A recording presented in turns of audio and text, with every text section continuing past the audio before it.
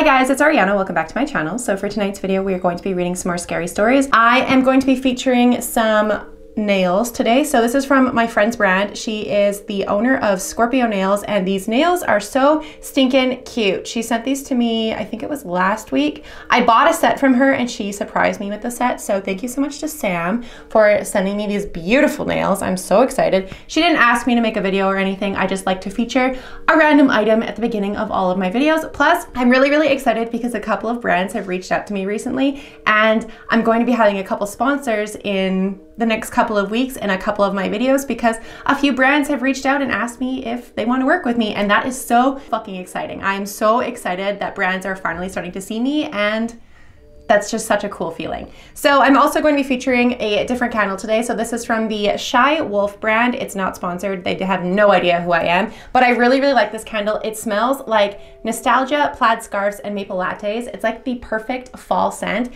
It looks like this. This is just an Instagram ad I saw, I guess, and I ordered a bunch of their candles probably, I think it was the beginning of this year, and I just haven't really used a whole lot of them. There's a bug in here, oh my god. But this one is so cute. I love the packaging. The packaging is so simple, and honestly, if my camera will focus, there we go. The packaging is so simple, and honestly, it smells so good. It smells kind of like, it smells like maple lattes, but it also kind of smells like outside. Like it kind of smells like cigar. I don't know what it is, but I love it. It smells so good. So I'm going to light it, and I hope you light it lit. So that's always a good sign. And then as per usual, I have my Wicked candle in here for good luck. So I have a bunch of stories that I'm going to be reading today from my Instagram DMs and also from Reddit. So I'm really excited. So let's just jump on into the first story. So the first story is from Reddit, and this is from the no sleep section. So I believe this is a fictional story. If it's not a fictional story, the author, please let us know in the comments down below. So the first story is titled, I used to work at a haunted hotel. Look, before I get into what happened, I just want to preface this by saying I know how mundane the title sounds, okay? I know all hotel workers claim their place of work is haunted, but this one was different. If it didn't sound so stupid, I'd say the place was possessed, or even a demon itself, somehow taking on the form of a building. I started working there the summer I finished school. I had gotten my A- level results, and I have to admit, I hadn't put in enough work for them. I'd escaped 2 C's and a D-, barely passing, and not good enough to get into any of the universities I'd applied for. My mom was disappointed in me, surprise, surprise, and gave me 2 options. Try and get into university, or get a job and pay her rent. Obviously, I picked the latter. The hotel was called Grimhill, and it was less than an hour's drive from home. I was interviewed by a short, balding man with tired eyes and a weirdly pink scalp, as if his hair had been pulled out and not fallen out naturally. He introduced himself as Ned and seemed eager for me to start. I'd been a little suspicious of this. In case the desperation for staff was something I should be concerned about, God, I wish I had listened to my gut. Grimhill itself was less of an eyesore than you'd expect. It had 5 floors with 24 rooms on each, splitting off to snaking corridors, carpeted and wallpapered in fading shades of red and brown. Each room was basic: double bed, ensuite bathroom, closet, desk, heater, and a full-length mirror. Strangely, none of the rooms seemed to have windows, despite the fact that many of them had external walls and the building itself appeared to have windows from the outside. What the fuck?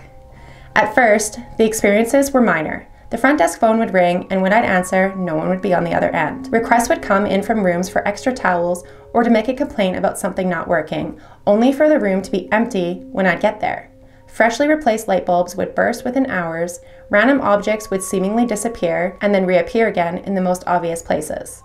Of course, I was nervous to start with, caught off guard by these strange happenings. Being the youngest and newest staff member, I was hesitant to mention anything to my coworkers, in case they laughed at me or brushed me off as some anxious kid.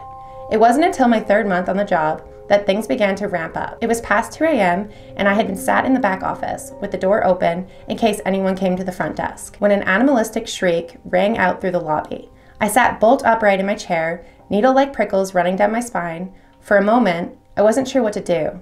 I knew I should check the lobby, but the dread creeping over me told me I should hide and definitely not go investigate. Choosing my job duties over my fear, I crept out of the office and into the reception area. Everything was still and quiet as it should be. Part of me desperately wanted to slip back into the room behind me and lock the door, but instead, I picked up my flashlight and skeleton keys and started making my rounds through each floor, poking my head into every unoccupied room and darkened stairwell. I found nothing. After that, I couldn't seem to go a week without hearing that scream during a night shift. Oftentimes, when I worked a morning shift, guests would come by the reception on their way to breakfast and complain about seeing someone in their room that night before. They usually described a dark figure with a slim build standing in their room, blocking the door or looming over them before fading into nothing. These sightings only seem to happen on floors 2 and 4, most frequently in rooms 2, 7, 15, 19, 21, and 23, and more often than not, with women. Every time I was sent to clean one of these rooms, I would try to wrangle someone else into coming with me. Not because I was lazy, but because I hated being in those rooms alone.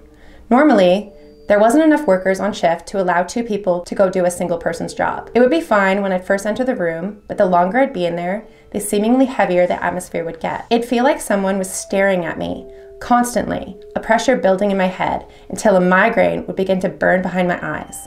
Plus, I could guarantee I'd lose something every time I cleaned one of those rooms. Even if I had emptied all of my personal effects before I entered, I'd leave unable to find a spray bottle, a cloth, or on occasion, my whole belt. What? Oh my God. How does a ghost take your belt off? Jesus. Of course, there were a lot of smaller happenings too, just like any haunted place. Hanging lights would swing with no breeze, doors would open by themselves, and the front desk bell would ring with no one around.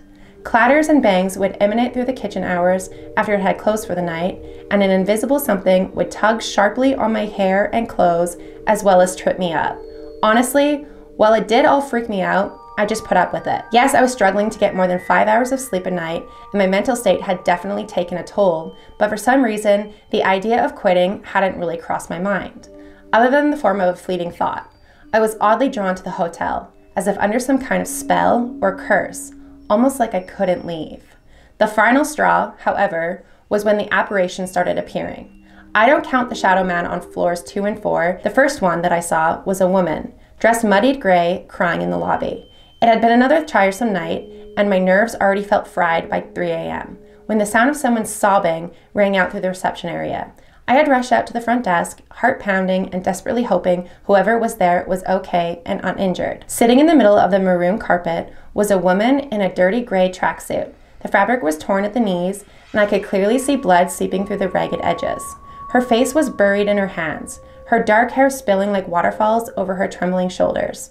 I approached and tentatively touched her upper back, an attempt at comfort. I was 19 at this point, and while I like to think of myself as pretty socially competent, consoling a crying adult was still beyond me. "Ma'am, what's wrong? Has something happened?" I lowered myself and allowed my full palm to make contact with her shoulder blade. A grotesque shudder ran through her body, almost like a convulsion. She began to rise, sitting up more fully and turning towards me. Then she pulled her hands away from her face, and I recoiled in horror. It couldn't even be said she had a face anymore. Really, just a gaping maw where her lips should meet over her teeth. Below a ripped nose and eye sockets filled with some kind of goo. The jagged teeth wrenched further apart as a scream erupted from the thing's throat, and I flinched back, shielding myself from the sight. After several agonizingly long seconds, I peeked through my fingers and found she had vanished, leaving me cowering on the old carpet alone. Once the floodgate opened to them, they never seemed to stop.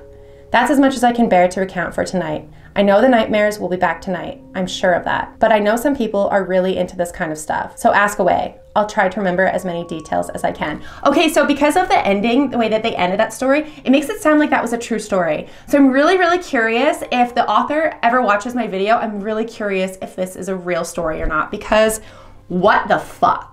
I would have quit like long before that. Like I say in all my videos, I am the biggest fucking chicken, and there is absolutely no way I would have stayed after hearing that scream the first time. I would have dipped. So thank you so much. That was from the Reddit author eggplant_nextdoor. So of course, as usual, I will link all of the stories in my description box down below if you guys want to go check out the Reddit authors and read more of their stories, because I highly recommend it. And that was fucking terrifying and actually really well written. So thank you so much for allowing me to read your story, and let's jump to the next one. So the next one is titled My Paranormal Apartment, and this is from the Spoopy Cjades section, and it is from the Reddit author Miranda Leanne. So from the ages of 14 to 20, I lived in an apartment above an Ace hardware store. Here are multiple experiences in the house, not necessarily in order. So this is more like a list than a story. It's just like a list of all of the happenings that they experienced in their apartment. Number 1. When I moved in, I saw death. That was the first experience. Number 2, the doorknob and my parents' doorknob would jiggle frequently, and my dad's phone kept creating 3 a.m. alarms. So at this point, we thought it was a child ghost. Number 3, I was sitting in my living room watching TV with my best friend H and our friends J and B. We were waiting for them to get out of curfew zone so they could walk home. Around 3 or 4, it sounded like someone took a giant marble and dropped them all in the kitchen, which was only separated by a doorway with no door. So I got up to investigate, and there was nothing there. A little shaken, we ignored it. Around 6 a.m., they were home free and started to walk home. I was lying in bed with H, and we were talking about J because she had had a crush on him. I had pictures pasted on construction paper, and they were taped to the wall. 3 pieces of tape, top, middle, bottom. Well, as we were talking, we heard a ripping sound and looked at the picture, and the top of it was off. We started talking again and heard it again. The middle was now off. I grabbed her wrist because I was scared, and we just stared at the picture. It ripped off my wall and flew across my room. We bolted out the door and got stuck in the doorway because we went out together. Then ran to my mom's room and gave her a heart attack. Number 4, one night I was up around 3 a.m. watching a haunting, and I heard my dad's work boots coming down the hall, but then I saw his boots and realized it's not 5 a.m. yet. So at this point, I knew my brother was fucking with me. So I'm yelling for him to stop. He doesn't. So I go to the entrance of the hall and jump in front of it, chucking a shoe, hoping to hit him. No one in the house was awake. So I went to sleep in my sister's room and woke her up. As I was telling her what had happened, we heard the boots coming down the hall again. We were holding our breath, and then they stopped on the other side of the door. After a few seconds of silence, the doorknob started jiggling so hard. Needless to say, my sister noped the fuck out of there, leaving me terrorized by whatever demon it was. Bitch. Number 5, I got home from school. I was a sophomore, and I was the only one home. Brother and sister were at sports, and parents were working. I ran upstairs to our apartment, darted inside to switch to shorts so I could run around town. As I'm pulling my shorts up, I hear my bedroom door creak, and it was nothing, so I figured it was the wind. I got my shorts up, and my bathroom door creaked, so I looked at it for a second, and there was a crawl space above the bathroom door with an old handle that latches hard, and it's difficult to open. As I'm staring at the bathroom door, my bedroom door, bathroom door, and the fucking crawl space flew open. I ran so fast out my door and called my best friend, to this day, Kay, and she sat with me on my porch till my parents got home. Number 6, one day we came home from eating out, and my dad noticed the door cracked when we always lock it. So he waited outside, and when my dad was searching, he saw a man in a yellow shirt walk into my room and vanish. Number 7, I was sitting on my porch with my mom and ex-boyfriend around 10 p.m. and we had the front door open so we could see inside. We had just cleaned the kitchen and everyone was either gone or asleep. We heard utensils fly into the sink and turned to look, and a man in yellow, again, disappeared into the wall, and there was a single spoon in the sink. There's more, and I'll make a part 2. I wonder if she ever made a part 2. I'm gonna go to her page and see if she made a part 2 because that's so fucking crazy. Okay, so she did. She made a part 2. So part 2 of my haunted apartment. If you haven't read part 1, head over there for the preface of the apartment and backstory. Number 1. So when I was around 16 or 17, my best friend, whom I'll refer to as Kay, and my sister were in my room and were just playing stupid games. Bloody Mary, stiff as a board, and a cat scratch. Now, nothing was happening at all until we got to the most childish, outlandish game, cat scratch. So essentially, you just stand over a person and create this crazy story about how that person dies and tie it into a black cat. Ridiculous stuff. But it's never done anything, we just did it for fun. So Kay was laying on the floor and my sister and I were standing over her, and I came up with this huge story about how she died, and when I finished, she just started freaking out. Me and my sister just thought she was messing with us, but she was insistent that her back was burning. We lifted up her shirt and saw that she had scratches that formed the word die completely backwards. Like if you were to put it up to a mirror, it would be the words die. We obviously freaked out, and it was so inflamed that there was no way she could have done it earlier. So obviously, we grabbed my photography camera, which we had charged all day for that night, and every single time my sister tried to take a picture of it, it wouldn't focus on her back. So I took it and tried. Nothing. I backed away from her to zoom in and try it that way, and it completely died. The next morning, I turned my camera on, and there was a full battery, and none of the out of focus pictures we took were even on the camera. Number 2. My husband would always see a dark shadow standing in the corner of our room. I never personally saw it, but he did frequently, and he always debunks things before he even talks about it being strange. Now, one night, he saw it, and then he just went to sleep. My daughter was a newborn, and she was in her swing on the lowest setting. And my mom knows that there's a clicking noise if you force stop the swing or if it pushes too hard. I woke up hearing the clicking, and my daughter's swing was being so forcibly pushed that it was starting to lift up. I panicked and quickly took her out of it, and she has slept with me in the bed ever since. No more swing time at night. And that's how they ended the story. So that's a lot of encounters in your guys' places, like multiple places. Or if this is the same apartment, that's terrifying. Oh my God, I would move. I probably wouldn't bring a newborn into a haunted space because I'm a big chicken, and nope. Not for me. So thank you so much to Miranda Leanne for letting me read your stories. Those were super fucking creepy. And nope, I don't want to at all deal with that.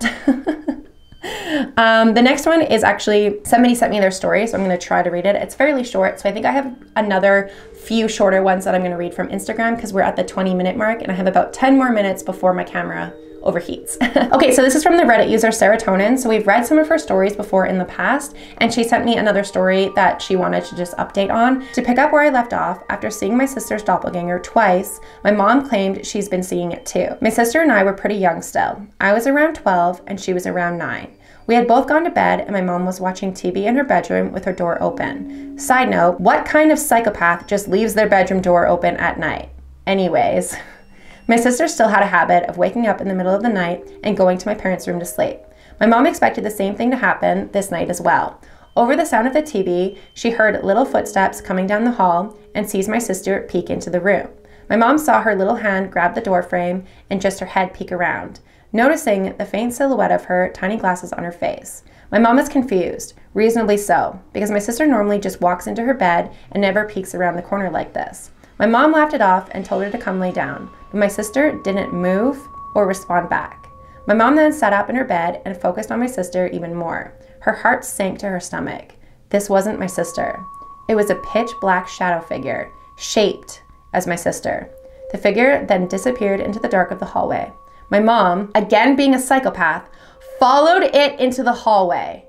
Ugh, no thanks. That's when she notices my sister's door still closed with the lights off. My mom then opens my sister's door, and to her surprise, my sister is passed out. My sister and I weren't told the story until I mentioned the times where I've seen my sister's doppelganger to her a few years later. I still have the stories about my dad accidentally haunting our house and my sister's old doll. We've recently discovered some new spirit friends in our house as well. I don't want the story to be too long, so I'll end it here with another cliffhanger. Let me know which one you'd like to hear next. I want to hear all of your stories. Please send me all of them. I'm going to respond to her after I finish filming this because I don't think I've responded to her yet. And I don't even know what I would do. I wouldn't follow it. That's for fucking damn sure. There's no way I would follow a creepy shadow figure into the hall. Well, you know what? Maybe I would because I'm kind of dumb. But that's terrifying. No fucking thanks. So I'm going to go to Instagram now and I'm going to read a few of my Instagram DMs because I have quite a few that I need to read. So this is from an Instagram user. So this is a true story. When I was a little girl, I saw so many different things, and at first, I thought they were just people hanging around in my room as normal. But then I found out that it wasn't normal. I found out that they were ghosts. So growing up, I would always see and I started to hear ghosts all the time. They bothered me at first, and I slept in my parents' room every now and then in my own little bed that they had put aside for me. But as I got older, I had to stay in my own bed, which wasn't a problem because now I had lights and a TV to help drown out everything. There was this one thing, I called it the hand. Every night, just before I had fallen asleep, it would come towards my head right to where I could see it. I screamed every time it happened, and when I did, it scared it back under my bed. We moved, and I thought nothing of it since we had moved. I thought it would probably go away, but 2 weeks later, it came back. Every night, it does the same thing. It comes up towards me just as I'm about to fall asleep. I scream, and it goes back under. I have a lot of stuffed animals, so I started putting them around my bed, hoping it would help, and it did. The hand is scared of the stuffed animals, so now I'm 24, and I still have to sleep with stuffed animals around my bed, because if I don't, the hand will come up. And I don't know if I don't scream to get it back down, what it's going to do, or anyone else I live with. So I will keep my stuffed animals around just in case. And that's how they ended the story. And I responded with, oh my fucking God, that's so creepy. And they just said, yeah. So that's terrifying. No fucking thank you. That's awful. I don't like that at all. I have one more that I want to read because I remember it being kind of funny. Okay, so I have one more story, and this is going to be the last story because we're already at the 26-minute mark. And this is from the Instagram user Nicole. So she said, hello, sorry this took a bit, but my name is Nicole and I've had a lot of paranormal and crazy things happen in my life. The experience you asked me to share is probably one of the craziest. A little backstory information. My parents had this house that I grew up in, built in the early 1980s, and nothing was ever known to be there before that. It was built about a mile from the Great Lakes, and there's 2 really old cemeteries and known Native American cemeteries all pretty close to my house. This experience happened the summer after I graduated from high school. My parents were visiting my older brother in Florida and were gone for about a month, so it was just myself at home. One of the nights while they were gone, my mom had called me and told me that they had put an offer down on a house and how that they were going to sell my childhood home. I was pretty upset after I got the call, and after a bit, I started seeing shadows and movements out of the corner of my eye. Quickly, I started feeling creeped out, so I decided to get the hell out of my house. I knew some friends were having a party a few doors down, and I practically ran. After a little while, my friend's dad kicked everyone out, and we decided to move the party to my house. Everything seemed fine, and I mostly forgot about it. After the party had died down, being the only sober one, I got conned into getting rid of the girls my guy friends didn't seem to be interested in. I dropped the girls off and came back to my house to find almost everyone sleeping, and my bathroom a mess. Thinking it was odd, but that it was probably one of my drunken friends, I turned around to find my one lost friend who was supposed to keep watch while I was gone. I have known him since diapers, and he has always been like a brother to me. So when I found him, I started yelling at him and asked him which asshole made the mess across the hall in the bathroom. And I quickly noticed that he was shaking under the covers with only his eye sticking out, and myself asking, what the hell happened and are you okay? After a while, I got a stuttered response of, no one walked in, no one walked out. And he heard a crash, boom, bang, and he was not going in there to check it out. I reluctantly walked back to the bathroom and noticed how weird it really was. My mom had this dollhouse looking thing that had a few little drawers, some shelves, and other things. It held a hairdryer, a curling iron, and I think a straightener, and some hair products along with makeup and skincare. The tub in the bathroom had a sliding door and was only open maybe a foot maximum. The dollhouse was on the opposite side wall from the opening of the tub, and the tops of the drawers were just an inch, maybe 2 higher than the dollhouse. Yet, there was a bunch of stuff in the tub, toilet, sink, and kicked all the way into the closet and hallway. It was like someone unscrewed the screws out of the wall. They weren't ripped out, as you would think if someone stumbled in and knocked it all off the wall. I never did find the screws either. The next afternoon, before leaving and locking my house up, I started the dishwasher and found a pot that was one of those pots that you know isn't gonna get cleaned without scrubbing till you're literally bleeding. I remember specifically filling the sink really quick and squirting some Dawn, tossing the pot in there, and running out of my house. Later that night, when I got back home, I go to make dinner, and the pot I left in my sink is on my stove, leaned against the back, clean, and my sink was drained. Side note, the only person not 1,500 miles away who would have had keys to my home was my older sister, who didn't have a car and lived way across town. There was nothing missing or broken. I had a dream months later that was really strange, and the only thing I remember was that a child didn't mean to scare me and their mom gave me a hand in the kitchen to apologize. I don't know if this was just my subconscious trying to explain the unexplainable, or if the spirits in my house want to put my mind at ease, but either way, that's about the best explanation for everything that happened. And I said, laugh aloud, oh my God. So they absolutely destroy your bathroom, then apologize by cleaning your dishes? I don't even know what I would say or do, but that's so weird. They said just one pot, but it's the thought that counts, right? And I said, I'd be mad, do more than just one pot, you can vacuum. And then we just started chatting. So thank you so much to Nicole for allowing me to read your story and sending it into my Instagram DM. So if you guys have any scary stories that you guys want me to read on the channel, please message me on Instagram or you can email me. So I did, there's a bug in here, oh my God. So I did recently change my email. So my business email hasn't been working for a few months now, and I just recently found out last week that it wasn't working. So if anybody has been trying to email me, I have not been getting your emails. So I'll post my new email on the screen here so you guys can email me, or you can just DM me on Instagram. DMing me on Instagram is probably the easiest route, but if you don't have Instagram, then feel free to email me. I check my email every day. So it's twistedglaminquiries@gmail.com. That's my new email. I'll have it posted in my description box down below in the comments and then posted on the screen. I'm sorry if you've tried to email me in the past and I have not responded. I literally have not been getting emails, so I don't know what's going on with Hotmail, but I've switched to Gmail. So thank you so much for watching this video. If you guys did enjoy this video, please make sure to give it a big thumbs up. Don't forget to hit the subscribe button down below for more content like this, and I will see you guys at the next video. Bye. What? Oh my God. How does a ghost take your belt off? Jesus. That's loud. You're being very fucking loud and rude. Go home. Well, you're probably going home, but shut the fuck up. Really? There's a bug in here, oh my God.